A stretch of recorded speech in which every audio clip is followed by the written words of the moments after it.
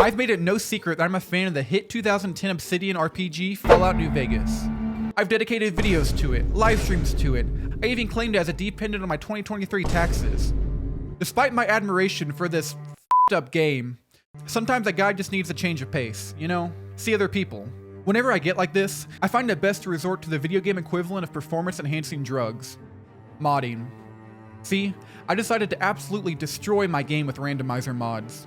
Everything from enemy spawns, gravity, NPC inventories, and more have been completely randomized.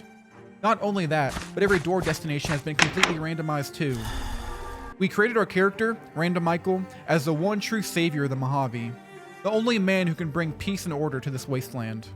This is actually a part 2 of the previous video that you can watch here. In part 1, we had just finished killing Benny. First try actually, it was pretty insanely easy. He was not a challenge at all. Eat Shut the hell up. Holy sh**. I guess Michael is just built different. So without any further ado, here's the rest of Michael's adventure. After where we left off, Random Michael was on top of the world. Not only did we just kill Benny, but we also got this cool platinum chip, which is probably important, I don't really know.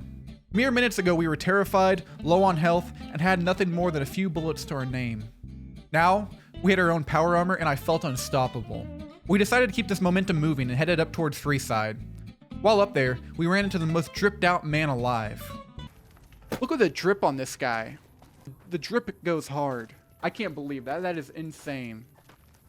After our mini escapades so far, I had a lot of valuable loot to sell, but that proved to be quite the challenge. See, the vast majority of vendors are trapped behind load zones. Unless I just get lucky and randomly stumble across a vendor outdoor hopping, I'll have to find my own vendor outside. One of the few in the game I can think of were the gun runners. This worked in my favor. I had thousands of caps worth of junk to sell off, and the gun runners always have a large inventory to trade with. With dollar signs in my eyes, I practically skipped over to the gun runners, only to be greeted by this. Okay, yeah, we don't need... Why do you have 0 caps? What? To this day, I don't know if this was caused by a mod or just some random glitch. We came back here a couple times in the run, but to no avail. I decided to take my anger out on the local homeless population, and you know, it actually made me feel better. After a quick wardrobe change, I figured I'd stop by Freeside and bully some children. The door to the old Mormon fort took us to Camp Golf. This place might not look like much, but just look at all these doors. I found my way into some weird sewer, but they paid me to kill things, so that was cool. They obviously didn't know Michael though. He would have done it for free. Karma eventually caught up to me by way of the Sierra Madre. You know, this place is a lot less scary without a bomb collar strapped on you. For some reason, this girl in her underwear started following us around, but she was absolutely killing everybody, so I didn't mind. We went back to the tops, but we didn't get the warm welcome we expected. For those of you that forgot, last time we were here, we may have committed some murder. Just a bit. Just a smidge. Personally, I was willing to let it go, but I guess they still held a grudge. While I was in there, something happened to Random Michael. Something just snapped. He killed all of them. Not just the men, but the women. And the children too. Oh man, this got dark. Look at this guy's stupid hat. Oh, also, by the way, the strip hates us. Even the city of sin and debauchery couldn't handle this man. I was put in a self-defense situation, but managed to come out on tops. Get it? The casino? It had been a while since we made any story progress, so I figured we better start. Just when I thought we wouldn't get anywhere, this happened. Here. Is this Vault 21? Oh, Mr. House? I do wish you'd come and met with me at the Lucky 38 when you first arrived on Here we the go. strip. Mr. House was kind of pissed at us, but I really didn't care. He wanted us to do something with that chip we got, and look, I don't know. The story was a lot easier to understand when I just had to kill this guy. I tried to deliver the package, but we just died. A lot. Feeling a bit defeated, we decided to leave, vowing to come back better prepared and ready to conquer. We stopped back in Novak, and somehow Nobark had become the coldest man in history.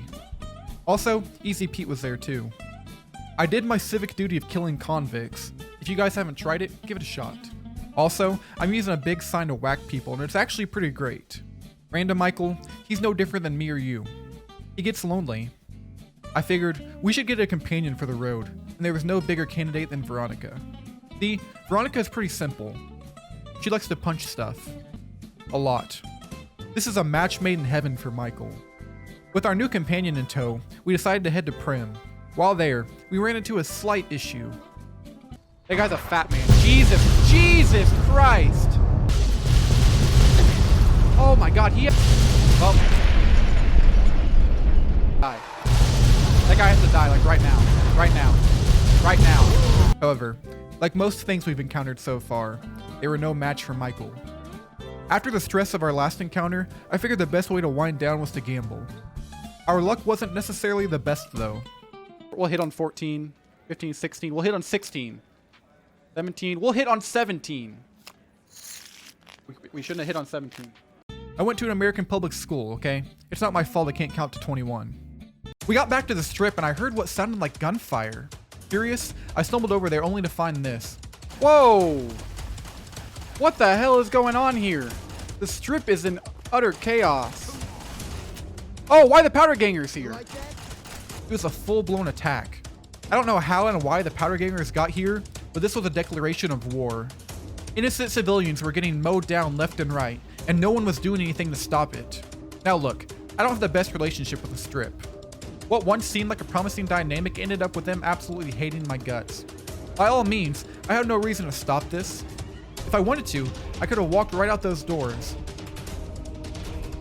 But we couldn't. These are good people. They don't deserve to be slaughtered in the streets. If no one's gonna step up and save the day, then Random Michael will.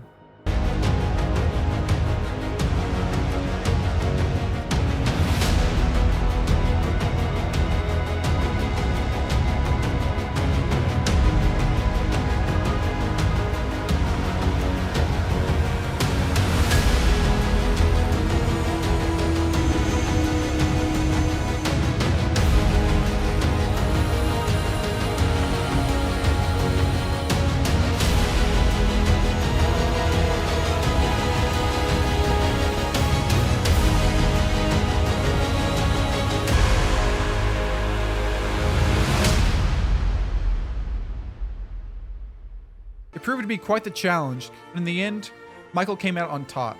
Even after all the bloodshed on the strip, our reputation didn't change. They say no good deed goes unpunished. Random Michael was the hero the strip deserved, but not the one it needs right now.